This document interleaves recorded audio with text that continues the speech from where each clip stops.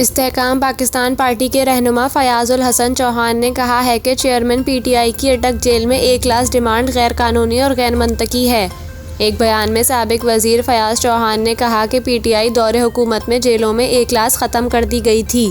PTI हुकूमत ने jail कवानीन तब्दील करके खुद ए क्लास ख़त्म कर दी थी। पंजाब जेल रूल्स के मुताबिक अब आम क्लास और बी क्लास होती है। बी क्लास में टीवी, बेड, टेबल, कुर्सी और अखबार की सहूलत है।